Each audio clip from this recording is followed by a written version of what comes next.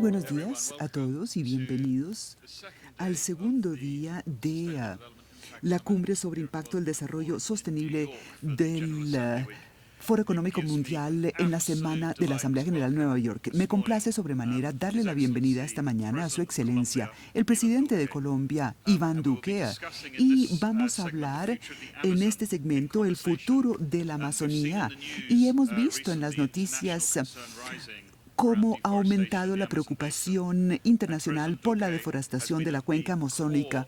Y el presidente Duque ha formado parte de esta discusión sobre cómo hacerle frente a estos retos tan difíciles y que además involucran tantos actores, y por eso estamos felices de tenerlo aquí para hablar de este tema. Señor presidente, muchísimas gracias por encontrar tiempo en su agenda mientras está aquí en la Asamblea General para reunirse con nosotros. Es un honor hablar con usted. Si me lo permite, la deforestación es un problema muy complicado que tiene múltiples facetas y aspectos, pero en su opinión, ¿cuáles son los principales retos y la causa raíz de este problema, dado la atención que ha recibido los incendios en la región, y cuál es su evaluación de la situación? Primero, muchísimas gracias, Dominique, por su amable invitación. Marisol, muchísimas gracias. Profesor Schwab, es un placer volverlo a ver.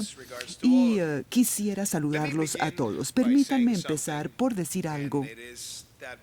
Y es que antes de empezar a hablar sobre la Amazonía, antes de hablar de los bosques húmedos tropicales, démosle una mirada al principal problema que tiene que ver con el cambio climático y sus efectos. Porque cuando miramos un país como Colombia, Colombia solamente representa el 0,4% de todas las emisiones de gases de efecto invernadero, y tenemos la sexta o séptima matriz energética más limpia del mundo, y también tenemos el 50% de los páramos del mundo, el 35 o 40% de nuestro territorio continental se encuentra en la cuenca amazónica. Sin embargo, somos uno de los países más vulnerables del mundo a los efectos del cambio climático. Y esto lo comento porque para proteger la Amazonía y para proteger los bosques tropicales, eso también forma de nuestro plan de acción de ser responsables por la forma de mitigar y adaptarnos a los a los efectos del cambio climático. Y nos vemos visto afectados por el cambio climático. Las épocas de sequía son cada vez más prolongadas. La lluvia le toma cada vez más tiempo a la lluvia llegar. O sea que en las épocas de verano o sequía estamos viendo más incendios. Pero además de eso, también tenemos que enfrentar diferentes enemigos, como la minería ilegal. La minería ilegal en algunas regiones de la Amazonía es una de las principales amenazas, al igual que los cultivos de uso ilícito, como el cultivo de la coca, porque la gente no sabe que para sembrar 1 hectárea de coca es necesario destruir 2 hectáreas de bosque tropical. Y lo tercero es la expansión ilegal de la frontera agrícola, que afecta también a los parques nacionales. Colombia tiene 49 parques nacionales, muchos de los cuales se encuentran en la Amazonía y representan más de 4 millones de hectáreas, y se están viendo afectados por la expansión ilegal de la frontera agrícola. Y finalmente, y no por ello menos importante, también estamos enfrentando la ganadería ilegal, o si no, tenemos que hacerle frente al desarrollo ilegal de la industria maderera. Entonces, en el caso de Colombia, ¿qué hemos hecho en un año? Nosotros empezamos con una estrategia, y la primera parte de la estrategia era asignar recursos nacionales y que esto fuera como la piedra angular de nuestra política de seguridad nacional, proteger los bosques, la Amazonía, los océanos. Y lo segundo era que todas las entidades trabajaran juntas, y por eso creamos la primera comisión contra la deforestación en Colombia, y decidimos trabajar con los militares y la policía para monitorear los parques nacionales y las diferentes regiones de Colombia donde tenemos bosques tropicales, y empezamos a fijar un ejemplo, porque cuando identificamos personas dedicadas dedicadas a la ganadería ilegal, simplemente les decomisamos el ganado y los llevamos ante la justicia. Y por eso la gente vio que cuando deciden hacer algo contra la naturaleza, se les perseguirá y llevará ante la justicia. Y en el primer año logramos reducir la deforestación en un 17%. ¿Es suficiente? No, tenemos que apuntarle a más, pero hemos por lo menos fijado un ejemplo. Y estamos utilizando garrote y también necesitamos utilizar la zanahoria. Y con eso estamos procurando abordar a las comunidades indígenas y muchos campesinos y pedirles que cambien a una nueva actividad que será pagada por sus servicios ambientales. Entonces le están haciendo pagos por servicios ambientales y se convierten en los guardabosques, los protectores de los bosques, también los promotores del bioturismo y trabajan con algunos de los centros donde estudiamos la Amazonía y yo creo que ese es el camino correcto a seguir. Entonces, ¿cuál es nuestra meta? Cuando nosotros creamos el Plan de Desarrollo Nacional, queríamos reducir la deforestación en un 30% durante nuestra administración, pero yo creo que cada día debemos apuntarle a niveles más altos y yo confío y soy optimista en el sentido que vamos a alcanzar unos niveles más altos gracias al trabajo que estamos haciendo en este momento. Entonces, yo quería darle este contexto más amplio, Dominique, porque para nosotros es indispensable proteger la Amazonía. Y quisiera finalizar con lo siguiente. Tiene que ser un esfuerzo regional, porque los incendios que hemos visto en la Amazonía, no podemos politizar los incendios. Los incendios ocurrieron en Brasil este año y en Bolivia, y nosotros apoyamos a Bolivia. No hemos tenido un incendio en la Amazonía colombiana, pero podría presentarse. Por eso tenemos que prevenirlos, pero no podemos permitir que el tema sea politizado y por eso fue que convocamos el Pacto de Leticia con la participación de Brasil, Bolivia, Perú, Ecuador, Guyana, Surinam y Colombia.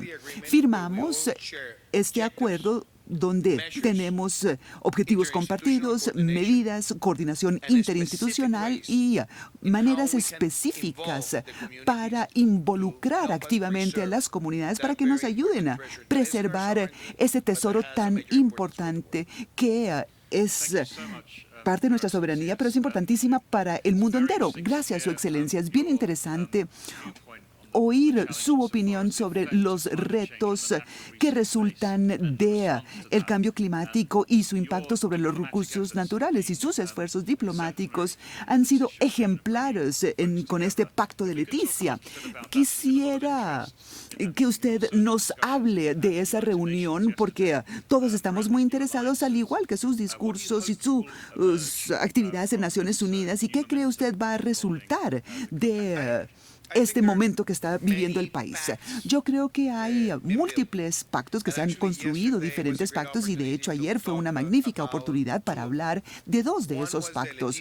Uno es el Pacto de Leticia, y el Pacto de Leticia nos involucra a todos para reducir la deforestación y también cómo reforestar la Amazonía.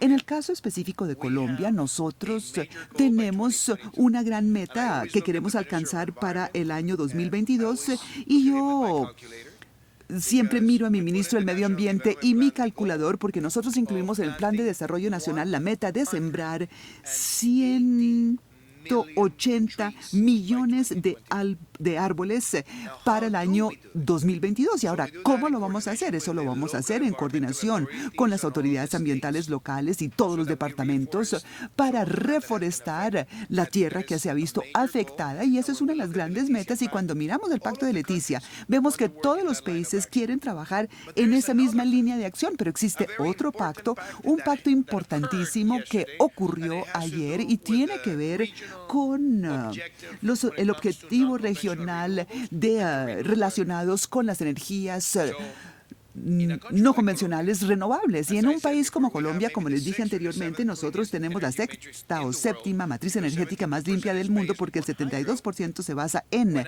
hidro. Y cuando yo asumí la presidencia, solamente teníamos el 0,1% de toda la matriz energética eran no convencionales renovables. Y nos sentamos con María Fernanda Suárez, la ministra de Energía, que se encuentra aquí conmigo, y con María Fernanda decidimos ser ambiciosos al respecto. Y dijimos que para el año año 2022, nosotros queremos alcanzar el 10% de la capacidad instalada, y eso quiere decir pasar de menos de 60 megavatios a 1.500 megavatios. Y yo estoy seguro que vamos a sobrepasar la meta porque nosotros queremos llegar al 2030 con un 20% de la capacidad instalada, sean renovables no convencionales como la energía eólica y solar. Pero ayer nos sentamos con 8 países y nosotros fijamos la meta regional.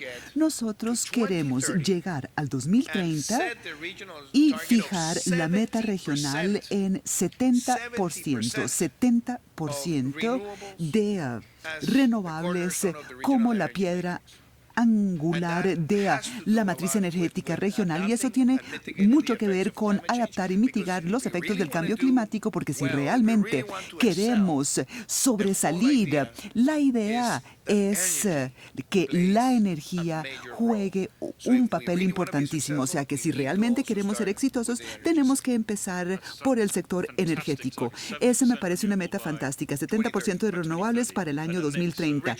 Y eso sería la matriz regional, energética regional, sí.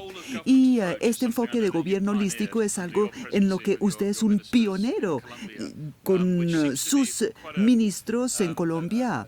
Y eso es un enfoque exhaustivo, y bajo su liderazgo se van a abordar en el sector energético, agricultura, porque esto es un tema que también es económico para la región. Y ese enfoque exhaustivo también incluye alianzas y asociaciones con el sector privado. Bueno, yo creo que el sector privado debe jugar un papel preponderante también.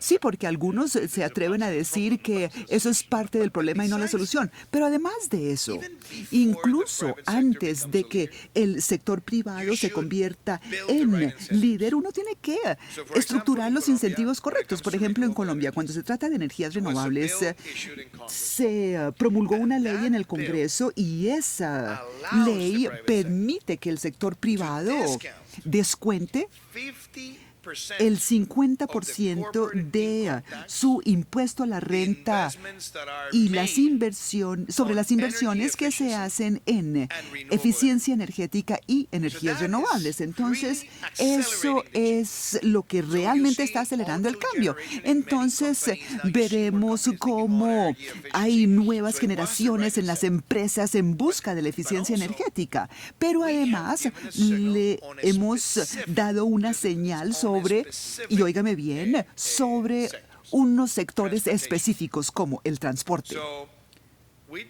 Nosotros tomamos la decisión el año pasado que queremos que esta administración sea la administración que habla y saca adelante la agenda en materia de transporte limpio, y por eso es que nosotros promulgamos la ley de vehículos eléctricos con 0 aranceles, un IVA del 5%, mientras que el IVA para los demás carros es del 19%. Nosotros también tenemos un descuento en lo que llamamos la revisión anual, la revisión de gases, y también un descuento sobre el seguro de accidentes automotrices. Y además de eso, en las ciudades no habrá restricciones a la movilidad de los carros eléctricos. Entonces la gente lo está tomando muy en serio. Y yo personalmente decidí fijar el ejemplo y acabo de comprar una motocicleta eléctrica, y yo quiero tener la capacidad de ser un pedagogo en materia de movilidad eléctrica, y eso involucra al sector privado. Y permítame mencionarle 2 ejemplos más. Y es la política de economía circular. Nosotros construimos la primera política de economía circular en América Latina bajo las 3 R's: reducir, reusar y reciclar.